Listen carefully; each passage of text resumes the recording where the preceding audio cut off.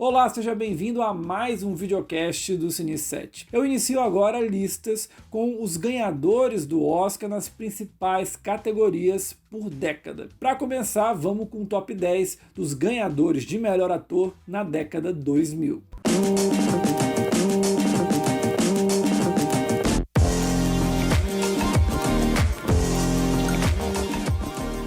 Antes de começar, deixa eu esclarecer como vão funcionar essas listas. Eu sei que tem muita polêmica em relação a que ano inicia ou termina uma década. A gente viu muito bem isso no final de 2019. Como eu já fiz aqui no canal as listas da década de 2010, levando em conta 2010 a 2019, eu, a partir de agora, vou contar sempre o ano zero em cada década. Então essa lista aqui você vai ver do ganhador do Oscar de 2000 a 2009. Fechado? Então vamos começar com o pior ganhador da década. Para mostrar o alto nível da premiação, o pior ganhador do Oscar nos anos 2000 de melhor ator foi o Russell Crowe, que levou a estatueta em 2001 por Gladiador. No épico do Ridley Scott, o Russell Crowe entrega uma ótima performance ao interpretar um herói mais intimista que a média dos filmes do gênero. Temos um personagem mais reservado, arredio e de olhar para baixo e melancólico, que liberta toda a sua fúria na guerra e nos confrontos no Coliseu. Apesar do Russell Crowe ter tido ótimos rivais na disputa, como Tom Hanks em Náufrago e o Geoffrey Rush de Os Contos Proibidos do Marquês de Sade, eu não acho nem um pouco essa vitória dele injusta. Eu só coloco ele nessa 10ª posição devido à alta qualidade dos outros ganhadores do Oscar e também pelo fato do melhor trabalho da carreira dele ter sido justamente no ano em que ele perdeu com Uma Mente Brilhante. O Jamie Foxx ganhou o único Oscar da carreira interpretando o genial Ray Charles em 2005. Aqui nesse top 10 ele aparece na 9ª colocação. Como todo bom protagonista de cinebiografia, o Jamie Foxx desaparece no personagem. Desde o jeito de tocar piano, a movimentação corporal até os pequenos tiques conquistam o público e fazem Ray ter algum destaque. Além disso, a capacidade de mesclar humor e drama mostra a versatilidade do ator. Não vou dizer que é injusta essa vitória, porém, se tivesse ido para algum dos principais rivais dele nessa disputa, como Leonardo DiCaprio em O Aviador, Clint Eastwood em Menina de Ouro e o Johnny Depp de Em Busca da Terra do Nunca, eu não teria ficado nem um pouco chateado.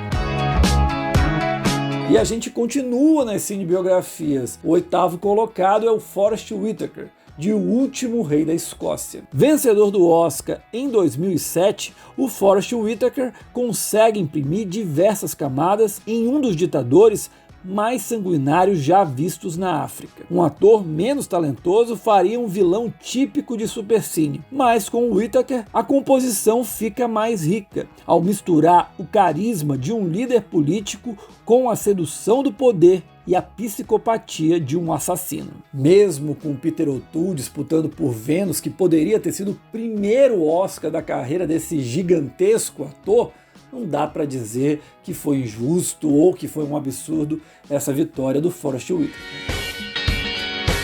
O Champagne vai aparecer 2 vezes nessa lista. A primeira delas é com o desempenho que deu o 2º Oscar da carreira para ele em 2009. Em Milk, A Voz da Igualdade, ele interpreta o primeiro político assumidamente homossexual a se eleger para um cargo público na Califórnia. O que mais impressiona no trabalho do Champagne é como ele acerta no ponto da construção do personagem, ao transitar pela força de um ativista político ao mesmo tempo em que apresenta toda uma ternura repleta de delicadeza. A costura destes 2 aspectos é digna de aplausos. É uma atuação sensacional do Champagne? Sem dúvida. Porém, eu queria muito que quem tivesse vencido esse Oscar fosse o Mickey Rourke, de O Lutador.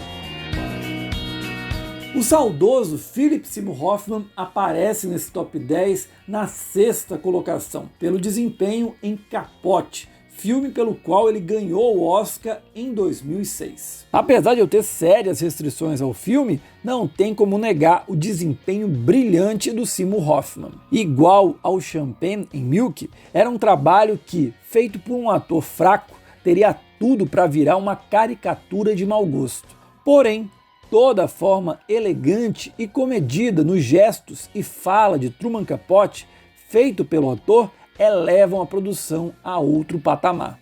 Nesse Oscar, o Seymour Hoffman superou o Joaquin Phoenix, que estava muito forte por John and June. Se a gente for pegar o que aconteceu depois, a morte precoce do Seymour Hoffman e a vitória anos mais tarde do Joaquin Phoenix, acabou sendo um acerto essa vitória nessa estrada louca que é a vida e bastante imprevisível também.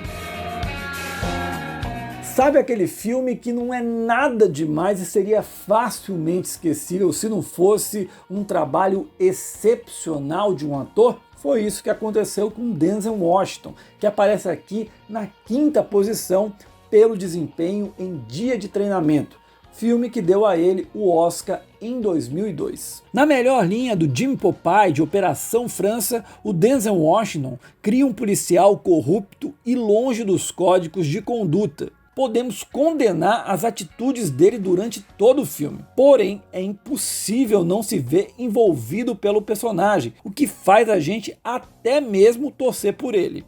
É um anti-herói para nenhum Walter White ou Tony Soprano colocar defeito. Para quem não lembra, essa vitória foi uma surpresa absoluta, isso porque o Russell Crowe estava dominando a temporada de premiações com o desempenho dele em Uma Mente Brilhante. Porém, o temperamento esquentadinho do australiano e o fato dele já ter vencido no ano anterior com Gladiador acabaram por derrubá-lo no Oscar. Como prometido, o Champagne está de volta agora na 4ª posição. Ele ganhou o Oscar em 2004 pelo trabalho em Sobre Meninos e Lobos. Somente a cena em que o personagem do Champagne descobre a morte da filha já bastava para ele ganhar a estatueta. Porém, o que mais chama a atenção no trabalho é o encaixe de tantas peças antagônicas. A brutalidade com a fragilidade, o ódio misturado ao luto, a nulidade pelo fim da vida e o início de um processo de um remorso interno. O resultado de todo esse processo é quase anticlimático, pois, no final das contas, nada vai superar a perda terrível. Essa vitória do Champagne tem ainda mais peso porque foi no ano mais disputado da categoria de melhor ator. A gente tinha entre os indicados o Ben Kingsley no sensacional Casa de Areia e Névoa, o Bill Murray no auge talvez, com Encontros e Desencontros, e o Johnny Depp no Papel de uma Vida, fazendo o Jack Sparrow em Piratas do Caribe. Ou seja, você vencer no meio de tanta gente boa mostra que o teu trabalho foi excepcional. O Kevin Spacey é um babaca, um assediador, um tipo de gente assim que é nojenta. Porém, não dá pra negar que o cara também era um grande ator. E talvez Beleza Americana tenha sido o auge da carreira dele nos cinemas. Interpretando um sujeito entediado com a vida medíocre que leva, o Kevin Spacey incorporou a crise da meia-idade como nunca visto antes no cinema. Para isso, enfiou o pé no sarcasmo e na ironia, deixando brilhar a veia cômica para mudar o imaginário popular, que o via com temor, desde Os Suspeitos e Seven. O resultado foi o Oscar de melhor ator em 2000.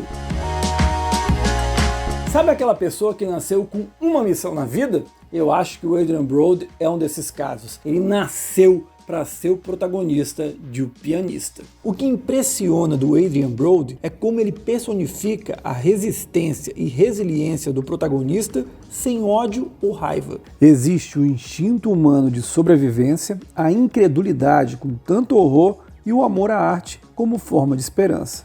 Mesmo com Nicolas Cage brilhante em adaptação e o Daniel Day-Lewis mais uma vez arrasador em Gangues de Nova York, esse Oscar não tinha nenhuma hipótese de ir para outra pessoa que não fosse o Adrien Brody. Aposto que quando você clicou no play desse vídeo, você queria ver as posições 2 a 10, porque a primeira não tinha como ser diferente. É o Daniel Day-Lewis, ganhador do Oscar em 2008 pelo desempenho extraordinário em Sangue Negro. Somente um ator do porte do Daniel Day-Lewis poderia ser capaz de retratar a alma e a imagem de Daniel Plainview, um magnata do petróleo, símbolo do grau de desumanização gerado pelo capitalismo. Seja no tom de voz sempre comedido, ou na crescente insanidade e isolamento do personagem no decorrer da trama, ou nos poderosos conflitos com o pastor vivido pelo Paul Dano, temos, sem dúvida, uma das maiores atuações da história do cinema.